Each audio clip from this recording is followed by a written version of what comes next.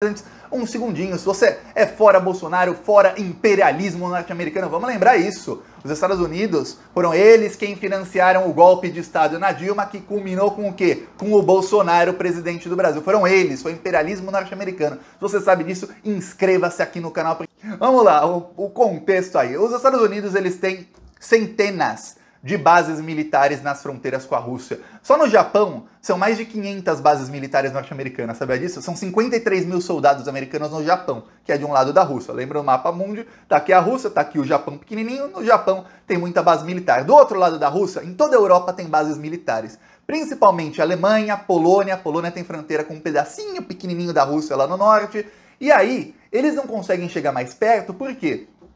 Porque eles tentaram colocar a Geórgia na OTAN em 2004, a Rússia foi lá, ajudou a dar um golpe de Estado na Geórgia e tomou a Geórgia. A Geórgia ficou pro lado russo. Aí eles tentaram chegar mais na fronteira da Rússia por baixo, pela Ucrânia. Também não começou, agora não deu certo porque a Rússia fez o quê? Eu falei isso. Olha, quem está acompanhando aqui o desenvolvimento dessa Guerra Fria aí, Rússia, Ucrânia, Estados Unidos, agora China, tudo mais, sabe? Eu falei isso, olha, a Rússia vai acabar reconhecendo a independência de Donetsk, da República Popular de Donetsk, e os Estados Unidos vão ficar diplomaticamente num beco sem saída, porque a população de lá se sente russa. Inclusive eu contei aqui a história de que lá na Ucrânia tem lugar que está escrito lá, ó, saiam daqui ucranianos, na Ucrânia. Por quê? Porque eles se sentem russos.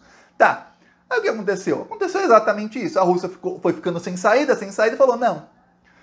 Se você fala, mas Thiago, por que a Rússia desconfia tanto dos Estados Unidos? Deve ser porque eles também estão planejando alguma coisa. Vou te dar um exemplo. Imagina que você mora na sua casa, você tem sua casa com jardim, tal, e aí você tem um vizinho. Você tem lá uma relação ok com o seu vizinho. De repente, o seu vizinho vira amigo de um inimigo seu, de um cara que já te ameaçou de morte várias vezes. Você fala, pô, estranho. Aí esse seu inimigo começa a fornecer armas para o seu vizinho. Aí você fala, oh, peraí, eu tô aqui, meu vizinho tá cheio de arma, meu vizinho da janela da casa dele, sem nem precisar entrar na minha casa, ele, pum, atira em mim, não vou nem ver o que aconteceu. Você fala, peraí, tá errado. Aí você chega e fala lá pro seu inimigo, fala, ó, para de vender arma pro meu vizinho pode me matar, eu não tô confiando nisso. Aí, além de não parar de vender arma, de começar a vender mais e mais e mais arma, o seu inimigo se muda pra casa do seu vizinho. Aí você fala, não, peraí, aí não. É isso que tá acontecendo, é isso, pronto. Coloquei aí uma situação da vida real que tá acontecendo lá na Rússia. Exatamente isso. Aí o que acontece? Você falou, então eu vou tomar um pedaço da casa do vizinho. Então, vou reconhecer aqui a República Popular de Donetsk e de Lugansk. Pronto, a Rússia reconheceu e a Rússia falou, ó, se eles não conseguirem se separar, a gente vai mandar tropas, eles vão separar. Aí a Rússia vai anexar. Não vai anexar porque eles reconhecem como república independente, mas praticamente vai anexar um pedaço da Ucrânia. Só que o Putin, no discurso dele, foi um discurso duríssimo, ele falou em pegar toda a Ucrânia. Foi aí que os Estados Unidos falaram, eles não esperavam que o Putin ia avançar com tudo. Eles pensavam, não, o Putin vai pisando em ovos. Não, o Putin já chutou a mesa. Aí eles falaram, então vamos começar a impor sanções. Só que quando você joga xadrez, tem uma coisa quando você assiste, até uma série muito boa de xadrez lá, o Gambito da Rainha e tudo mais, tem uma coisa que você aprende logo, que é o seguinte, você não pode ter uma estratégia que todo mundo sabe o que você vai fazer. Não pode. Todo mundo sabia. Eu falei aqui, ó, eles querem impor sanções à Rússia. Depois vão impor sanções à China. Já até falei aqui ontem. Depois eles vão cobrar os outros países, principalmente os emergentes que têm parceria com Rússia e China, e aí Brasil é um dos primeiros que serão cobrados, a tomar um lado nessa. Quem não tomar lado vai começar a sofrer sanção também. É isso. Tá. Fizeram exatamente o que estavam prevendo. O que eles vão prever é o seguinte, chegou a porta-voz do governo chinês hoje de manhã, e fez sabe o quê? Ela falou, olha, essas sanções são inúteis, os Estados Unidos jogaram a lenha na fogueira. Em vez de apagar a fogueira, eles estão jogando lenha na fogueira. Mais do que isso, ela ainda falou, os Estados Unidos estão avançando com a OTAN rumo à Rússia, e a Rússia está lá no lugar dela. Aí eles mandam a Rússia tirar as tropas da fronteira com a Ucrânia. Tá, as tropas estão em território russo, eles fazem o que quiserem dentro do território russo. Pronto. A China se posicionou ao lado dos Estados Unidos, ainda chegou na voadora dizendo, essas sanções são contraprodutivas. Aí a Rússia falou, peraí, agora que eu tenho aqui a minha amiga poderosa do meu lado, sabe o que eu vou fazer? A Rússia foi lá e anunciou, ó, nós também vamos impor sanções aos Estados Unidos, e não serão simétricas. Simétrica é o seguinte, alguém te dá um tapa aqui, você vai lá e dá um tapa aqui. Não, não serão simétricas é o seguinte, deram tapa, a Rússia pode vir com um murro agora, um murro bem dado. E falar, essas sanções vão causar danos aos Estados Unidos, é o damage United States, ou seja, vão machucar, é para machucar a economia norte-americana. Agora, o que está se especulando? Os Estados Unidos vão aumentar as sanções à Rússia e vão começar a sancionar os países aliados à Rússia. Agora, ficou num beco sem saída. Por quê? Porque eles não esperavam que a China ia entrar no jogo tão cedo. Eles iam sancionar a Rússia, tentar afogar a economia russa, e aí eles iam depois começar a colocar sanções na China. Aí o que aconteceu? Parte do plano era o seguinte, a Rússia não vai mais fornecer gás para a Europa, tendo sanções. Aí a Europa precisa comprar gás. Os Estados Unidos financiaram o governo do Catar e falaram, Catar, vocês vão fornecer gás para a Europa. O governo do Catar... É sério, eu tô rindo porque o governo do Catar falou ontem à noite, comunicado do governo do Catar, olha, é impossível atender a demanda da Europa.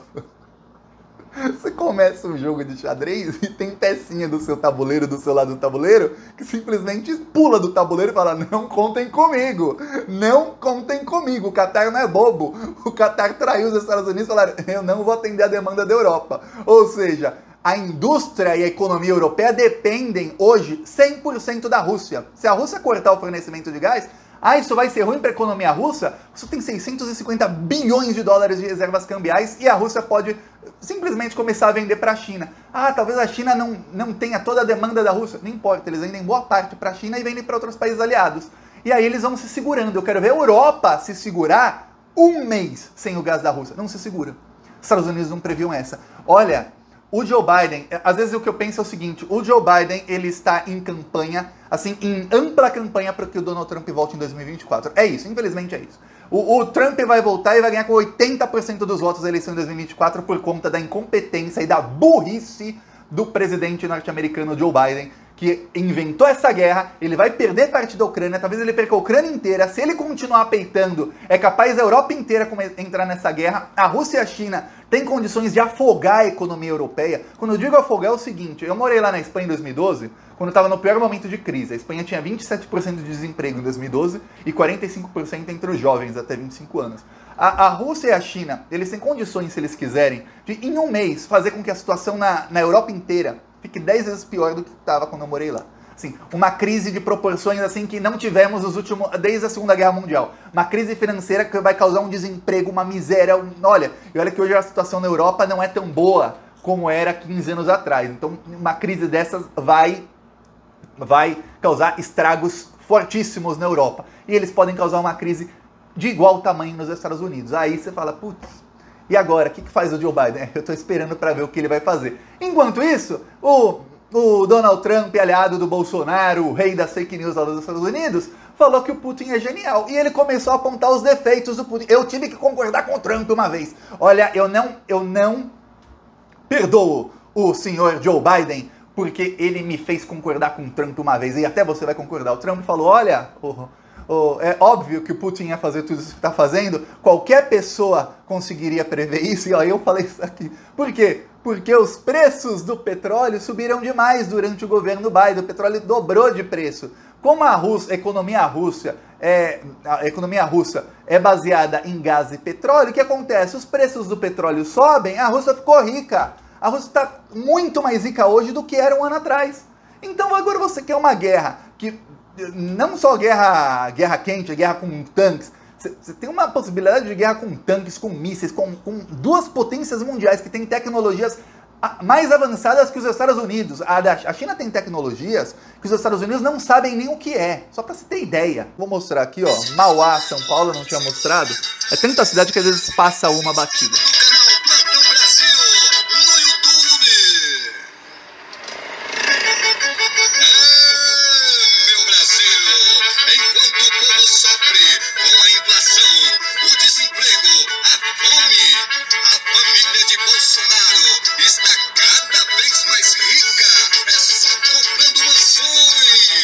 Essas e outras notícias você vê aqui